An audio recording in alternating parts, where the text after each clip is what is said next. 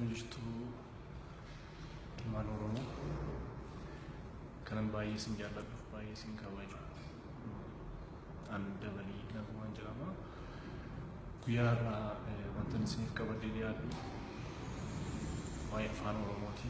Afaan Oromoo barreessuu fi dubbisuu keessatti seera qubeessuu fi seera barreeffamaa mataa isaatii waan qabu afaan Oromoo qubee isaa guutnee akka barreeffamuun irra jirutti barreessuudhaaf maaltu nu barbaachisa, maal beekuu qabna, maal irratti yoo hundoofne afaan Oromoo guunnee barreessuu dandeenya isa jedhu irratti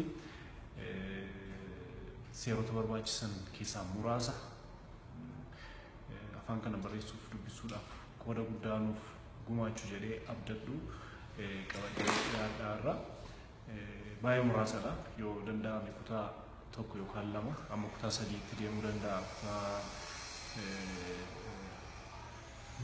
Waa'ee afaan Oromoo barreessuu dubbisuu kana irratti haasofna jedhee ani yaadu. Yeroo baay'ee an viidiyoo waraabee Facebook irratti gadhiisuu hin jaalladhu. Garuu jenereeshiniin ammaa kun barreeffama dubbisuu irra caalaa viidiyoo ilaaluu jaallatan natti fakkaata. Waan akkasii waan nu badhee fi tarii gumaacha anarraa barbaachisu akka lammii Oromoo tokkotti afaan Oromoo barreessuu dubbisuu barsiisuudhaaf gahee bahuun irra jiru bahuu qaba jedhee waan ani yaaduufini sagana qabaadhee dhiyaadhee yeroo keessan naaf laattanii sagantaa kana waan hordoftaniif iddoo isin galateeffadha.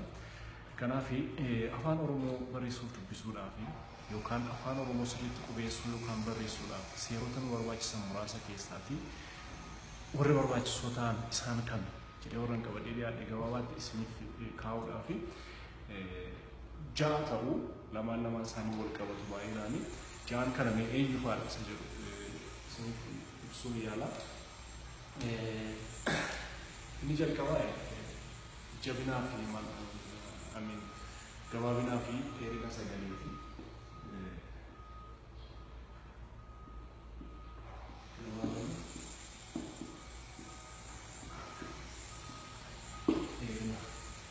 Gabaabinaa fi dheerina sagalee inni itti aanu jabinaa fi laafina.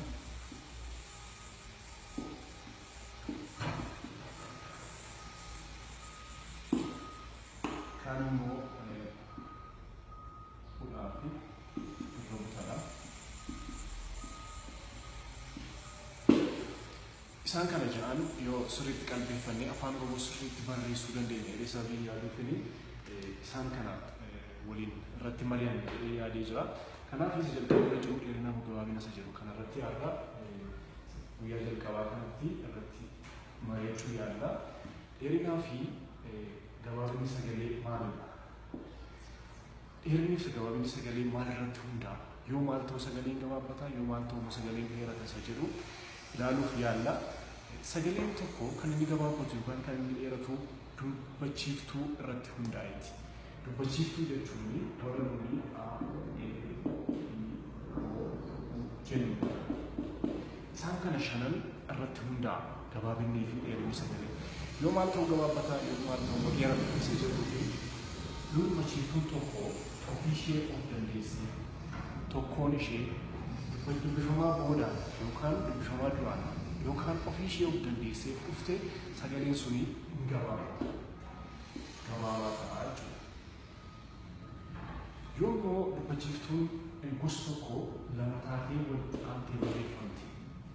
Dubbachiiftuun dubbifamaa duraan isaa ta'u dubbifamaa duubaan walitti aantee dubbachiiftuun lama gosa tokko taatee yoo barreeffamtu sagaleen sun dheerata.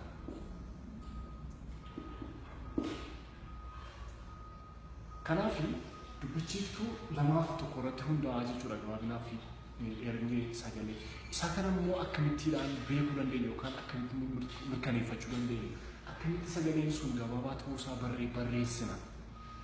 Isa jedhuu fi afaan Oromoo yeroo kamiyyuu akkaataa dubbatamutti barreeffama. Akkasumas akkaataa barreeffamutti immoo dubbifama. Fakkeenyaaf gabaabinaa fi dheerina kana sagaleetti daballee immoo haa ilaalla. Fakkeenyaaf kuni qubee dubbifamaa laa haa jennu. Laa kana booda Aan tokko yoo barreeffamte sagaleen kun laa jedha. Laa hin jedhu. Laa jedha gabaabaadhaan waan ta'eef jechuudha. Akkasumas immoo sagalee kan biraan kuni mallattoo eegaawuti. Sagalee kan biraan fa jedhu immoo yoo itti dabalamu sagaloonni kun lamaan walitti dabalamanii jecha gabaabaa uumu. Jechi gabaabaa isaan uuman kun lafa jedhama. Lafa jecha gabaabaa lafa jedhama. Yoo maal ta'u immoo dheerata jechi nuun sagaloonni kun nuun amma ittiin jecha kana uumne yoo maal ta'an dheeratu isaanuma kana fakkeenyaaf fudhatamas laa fa laa fa jedhu lama ta'an jechuudha. Jechoonni kun lamaan hiikaa garaagaraa qabu, bifa garaagaraa qabu, akkaataa barreeffamaa adda addaa qabu lamaan isaanii. Inni olii gabaabaa sagalee gabaabaa lafa jedhu lafa yookaan dachee jechuudha. Laafaa inni jedhu kun immoo hiikaa mataa isaatii qabaa yeroo barreeffamu illee dubbachiiftuu lama lamaan barreeffamee sagalee dheeraa qabaataa jechuudha. Lafa laafaa yeroo dubbannu arraba keenyaatti hin beekama. Yeroo barreessinu immoo akkuma dubbannu sanatti barreessine akkaataa kanaan keenyaa jechuudha. Kanaaf sagalee gabaabaa fi dheeraan yeroo hundumaa jecha tokko keessatti jechi tokko sagalee gabaabaa qofa qabaachuu danda'a, sagalee dheeraa qofa qabaachuu danda'a, akkasumas sagalee gabaabaa fi dheeraa qabaachuu danda'a jechi tokko jechuudha. Sagaloota adda addaa irraa uumamu jedhama jechi sagaloota adda addaa irraa uumamu kun sagalee gabaabaa qofa qabaachuu danda'a, jechi sagalee dheeraa qofa qabaachuu danda'a, sagalee gabaabaa fi dheeraa qabaachuu danda'a. Isaan kun amma jechi tokko kanuma sadan qabaata miti. Waa'ee jabaa fi laafaa waa'ee hudhaa fi irra butaa gara fuulduraatti itti dhufna waan ta'eef har'a mata dureen keenya gabaabinaaf dheerina waan ta'eef isaan kanarratti hundaa'uu barbaade. Kanaaf mee fakkeenyotaan jechoota muraasa isiniif kaa'een isa har'aa sagantaa keenya xumuruu yaala.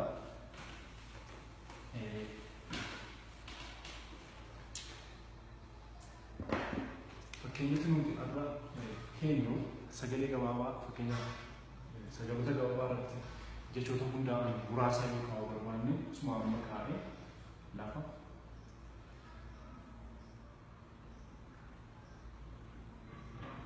mana laga muka daga jechoonni kun amma barreessaa jiru kun hundi isaanii sagalee gabaabaa qabaatu. Maaliif dubbachiiftuu tokko tokko qofa of biraa qabaatanii barreeffamaa jiru waan ta'eef jechuudha. Amma kun warri kun hundumti isaanii jechoota sagalee gabaabaa qofa irratti hundaa'anii barreeffamanidha jechuudha.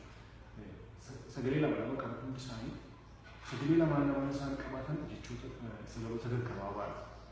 Akkasumas immoo sagalee dhedheeraa irratti hundaa'an jechoonni barreeffamanis hin jiru. Isaanii yoo ilaalle laafaa, seenaa, aadaa, heeraa, eeboo. Amma warreen barreessaa jiru kun jecha sagalee dheeraa irratti hundaa'anii barreeffamanidha jechuudha. Isaas qabaachuu danda'u. Qubee dachaa kan hin taane qubee noormaaliidhaan qofa miti jechuudha. Isaan barreeffaman kanaaf jedhee daaraa fakkeenyota kanarratti fakkaatanii kan jiran kanneen kan biraas fayyadamuu dandeenya jechuudha. Akkasuma immoo akkuma sadarkaa jecha gabaabaa fi jecha dheeraan akkuma jiran ta'e jecha lamaan isaanii kana gabaabaa fi dheeraas walitti makanii kan qabaatan jiraachuu danda'u. Fakkeenyaaf amma balaa jecha gabaabaa sagalee gabaabaa sagalee dheeraa jechi kun sagalee lamaan irraa uumame jechuudha. Sagalee gabaabaa fi sagalee dheeraa irraati. Baay'eetu jiru. Fakkeenyaaf balaa jennee beela dheeraa gabaabaa daara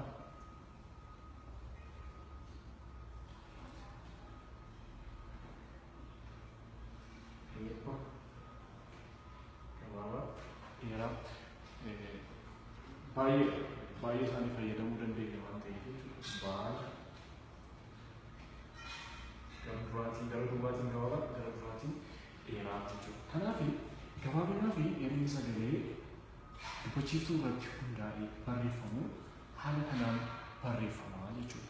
Yoo arraba keenya irratti jechuun fayyadamu yookaan jechuun arraba keenya irraa dubbannu sun arraba keenya irratti dheeratee dubbatama ta'ee sagalee dheeraa qabaata. Yoo gabaabata ta'e immoo sagalee gabaabaa qabaata jechuudha. Kanaaf wantoota afaan Oromoo qubee afaan Oromoo sirreessinee barreessuudhaaf nu fayyadan muraasa keessaa fi gabaabinaa fi dheerina sagalee irratti hundaa'ee sagantaan har'a qabaatee yaadde isa kana fakkaata.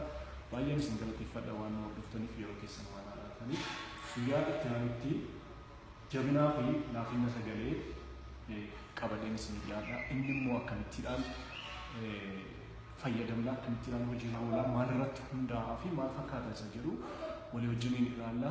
Baay'ee ulfaadhaa baay'ee galatooma. Nagaa tura.